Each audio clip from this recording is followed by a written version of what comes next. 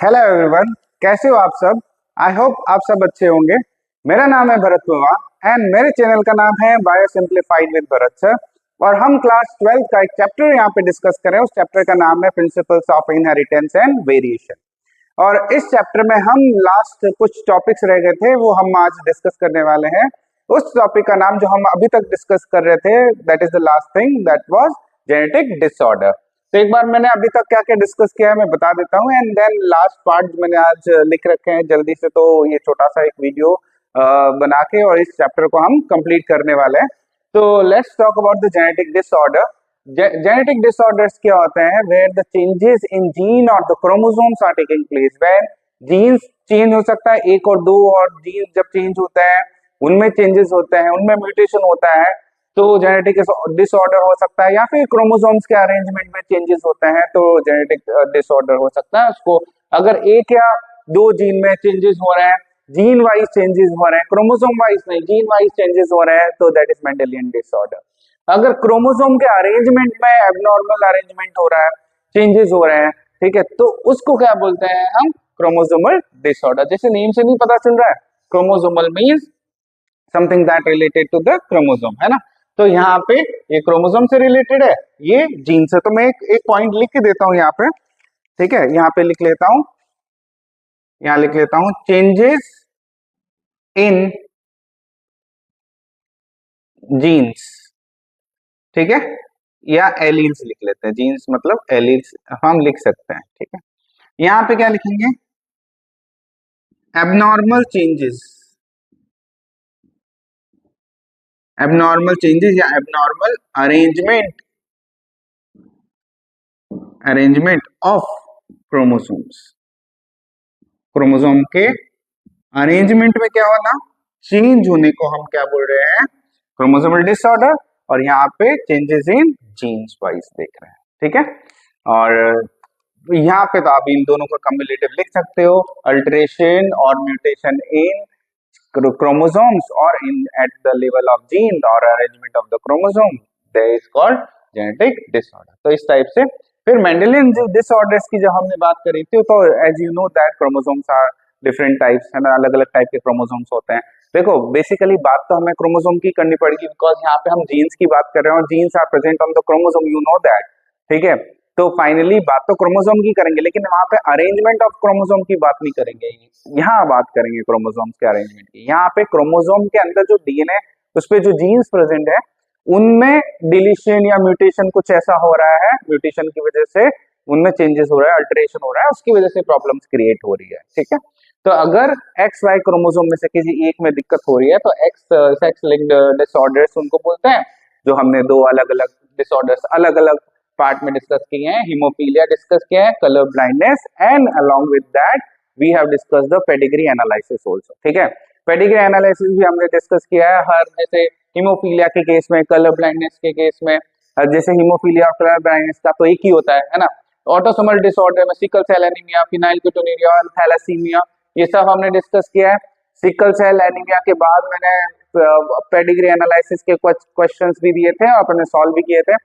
Exam में कभी कभी वो पेडिग्री एनालिसिस के क्वेश्चंस आते हैं, तो उसके लिए मैंने वो भी डिस्कस कर रखे हैं। आप एक बार वो वाला पार्ट जाके चेक कर सकते हो। उसके बाद आज हम बात करने वाले हैं क्रोमोसोमल डिसऑर्डर में कुछ चीजें रह गई थी उसके बारे में। तो chromosomal disorder as I said, abnormal arrangement of the chromosomes, ठीक है। तो उसमें क्या हो जाता है? Aneuploidy and polyploidy. एन्यूप्लॉइडी में क्या होता है? एक आधा क्रोमोसोम का अरेंजमेंट एक्स्ट्रा हो जाता है या कम हो जाता है, तो उसको एन्यूप्लॉइडी बोलते हैं।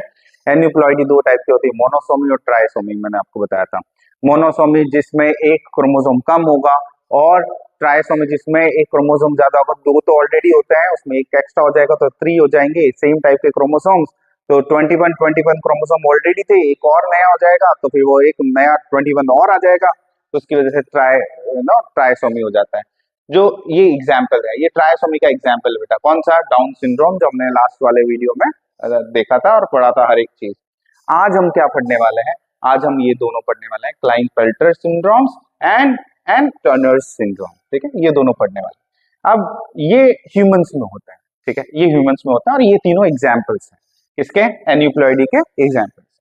पॉलीप्लॉइडी में क्या पढ़ना है, देखो ये जनरली आपको पता है ये रेयर है ह्यूमंस में, ये प्लांट्स में और फंगस में ही होता है, और ये भी दो टाइप का होता है, ठीक है। एक होता है ऑटो पॉलीप्लॉइडी और एक होता है एलो पॉलीप्लॉइडी, ठीक है।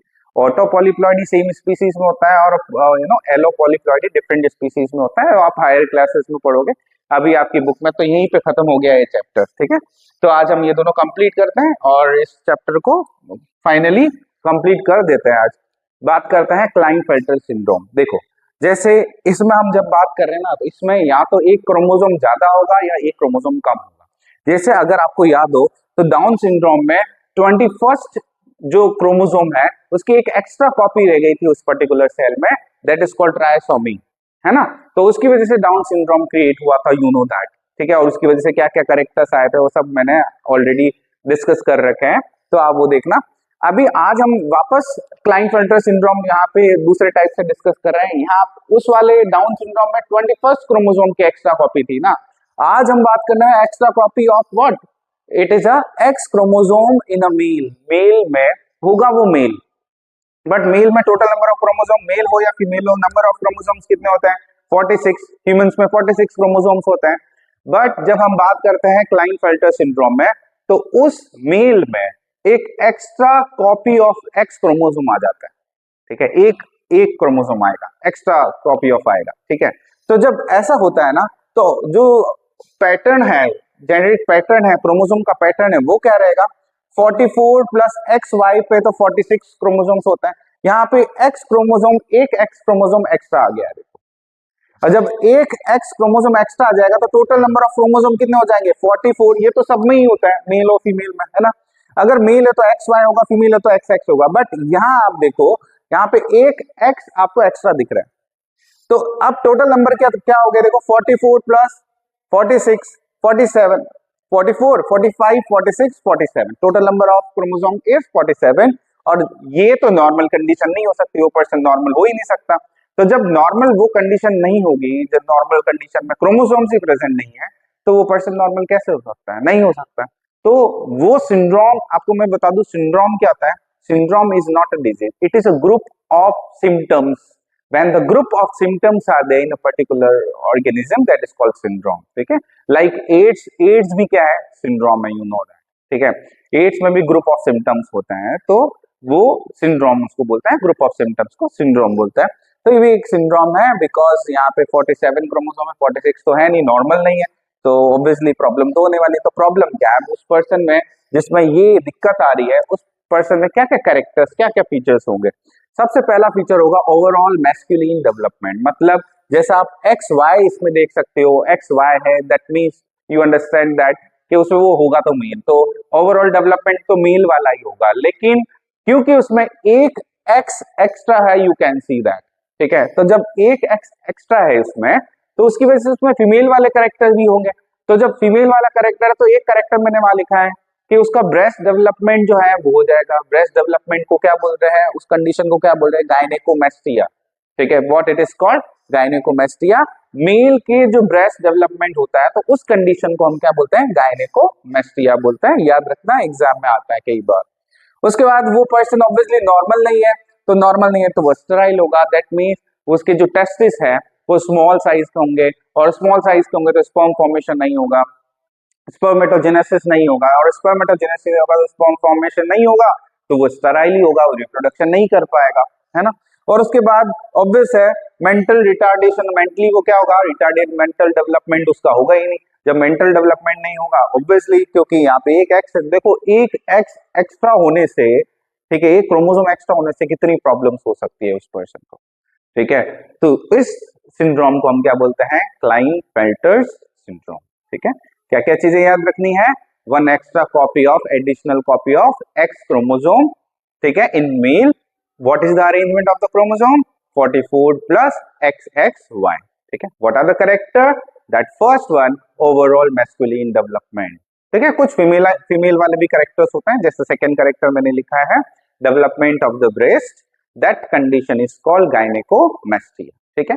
और इस कंडीशन में पर्सन नॉर्मल तो हो नहीं सकता है, अब नॉर्मल पर्सन है तो वो रिप्रोडक्शन कैसे कर सकता है, वो स्टेराइल होगा।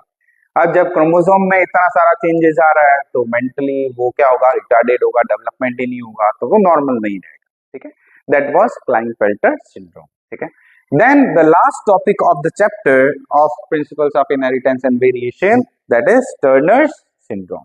अब देखो, इसमें एक क्रोमोसोम ज्यादा था, ठीक है, इसमें एक क्रोमोसोम कम होगा। नॉर्मली फीमेल में, अभी फीमेल में कंडीशन होती है, देखो फीमेल में नॉर्मली कितने क्रोमोसोम्स होते हैं, there are 44 plus X and X, total 46 chromosome, either male or female, you know that. But जब हम बात करते हैं ना इस वाले टर्नर सिंड्रोम की, तो इसमें क्या हो जाता है कि फीमेल है 44 प्लस एक्स एंड एक्स होना चाहिए उसके पास, है ना, बट उसमें एक एक्स क्रोमोसोम होता ही नहीं, वो किसी और सेल में चला गया, तो वो सेल से जो डेवलप हुआ, ठीक है, जिसमें एक एक्स क्रोमोसोम कम था, तो उस सेल से अगर वो कोई भी ऑर्गेनिज्म डेवलप हो रहा है जिसमें एक एक्स क्रोमोसोम कम है, ठीक है, तो उस पर्सन की बॉडी में कितने क्रोमोसोम्स होंगे, ऑब्वियसली 46 तो नहीं होंगे, एक क्रोमोसोम कम होगा, तो कितना होंगे, 45 क्रोमोसोम्स होंगे। ठीक है, तो यहाँ पे मैंने लिखा है absence of 1 x chromosome in the females. ठीक है, 1 x chromosome in the females, जैसे मैंने यहाँ लिख दिया है। उसके बाद अरेंजमेंट ऑफ द क्रोमोसोम क्या होगा, जैसे इसमें क्या था 44 प्लस एक्स एक्स वाई 47, यहाँ पे हो जाएगा 44 प्लस एक्स जीरो, मतलब वो एक जीरो कुछ नहीं है, मतलब वहां पे क्रोमोसोम ही नहीं है, एक ही एक्स क्रोमोसोम है, तो टोटल नंबर ऑफ क्रोमोसोम कितना हो गया, 45 हो गए, है ना। अब जब ये भी प्रॉब्लम है 45, देखो 46 क्रोमोसोम एग्जैक्ट होने चाहिए ऑर्गेनिज्म फॉर्म होने के लिए, उससे कम हो उससे ज्यादा होगा तो दिक्कत होगी। ठीक है, जो आप देख पा रहे हैं यहाँ पे, फिर जीन लेवल पे तो होता ही है, आपको भी पता है। अब बात करते हैं फीचर्स की। फीचर्स क्या है, देखो ऑब्वियसली वो पर्सन, वो फीमेल नॉर्मल तो नहीं है, नॉर्मल नहीं है तो उनकी ओवेरीज रूडिमेंट्री ओवेरीज होंगी, उनकी ओवेरीज क्या होगी, rudimentary. You know what is rudimentary ovaries, rudimentary ovaries मतलब undeveloped ovaries, that type of ovary which cannot make that egg. Eggs are not made in that type of ovaries, we are calling them underdeveloped, we can say underdeveloped ovaries। ठीक है, तो ovaries क्या होती है, underdeveloped, पूरी developed नहीं होती है, तो obviously egg तो नहीं बनाएगी। जब वो egg नहीं बनाएगी तो obviously that female cannot reproduce and that condition is called sterile। उस condition को क्या बोलते हैं, sterile बोलते हैं। फिर अब देखो ऑब्वियसली इसमें एक क्रोमोसोम एक्स है ही नहीं ना, एक ही है, तो उसकी वजह से secondary sexual characteristic, secondary sexual characteristics क्या होता है, जो मेल में कैरेक्टर्स होते हैं, जो फीमेल में मेल वाले जो कैरेक्टर्स, बियर्ड है, आवाज थिक होना, और ठीक है शोल्डर ब्रॉड होना, these type of characters are called secondary sexual characteristics in a male. We are talking about the female, female में पिच का लाउड होना है, हेयर ग्रोथ होना है, ठीक है, और पेल्विक रीजन ब्रॉड होना है, ये कुछ कैरेक्टर्स हैं जो मैंने आपको बताया। We are calling them secondary sexual characteristics because in that case only 1 X, that organism contain only 1 X, तो ऑब्वियसली उसमें कैरेक्टर्स तो होंगे लेकिन इतने ज्यादा भी फीमेल वाले कैरेक्टर्स नहीं होंगे, that is why this called secondary sexual characteristics are not that much, they are lack in that. Then the last, second last is dwarf, वो फीमेल ऑब्वियसली लंबी नहीं होगी, उसके नॉर्मल साइज भी नहीं होगी, वो क्या होगी, ड्वार्फ होगी, शॉर्ट होगी, उसकी हाइट कम होगी। और लास्ट वाला तो यही वाला है, उसमें भी mentally retarded, that means mental development नहीं होने वाला है। ठीक है, तो इस टाइप से आपको ये चीजें याद करनी है, सीबीएसई एग्जाम्स में काफी बार पूछते हैं। ये जो जेनेटिक डिसऑर्डर वाला जो पार्ट मैंने आपको पढ़ाया है ना, ये काफी ज्यादा इंपॉर्टेंट है, मैं बता दूं आपको, इसमें काफी सारे क्वेश्चंस, एक क्वेश्चंस तो 1 या 2 क्वेश्चंस में बताऊंगा आपको हमेशा आते हैं हीमोफीलिया से रिलेटेड। देखो सबसे इंपॉर्टेंट हीमोफीलिया और सिकल सेल एनीमिया जैसे क्वेश्चंस है ना, ये आते हैं यहाँ पे, इन तीनों में से एक छोटा क्वेश्चन 2 मार्क्स का पूछ लेते हैं, तो इस टाइप से क्वेश्चंस वो पूछते हैं। तो अगर आपको मेरे वीडियोस अच्छे लगते हैं तो please like and share and subscribe my channel. Thank you for watching.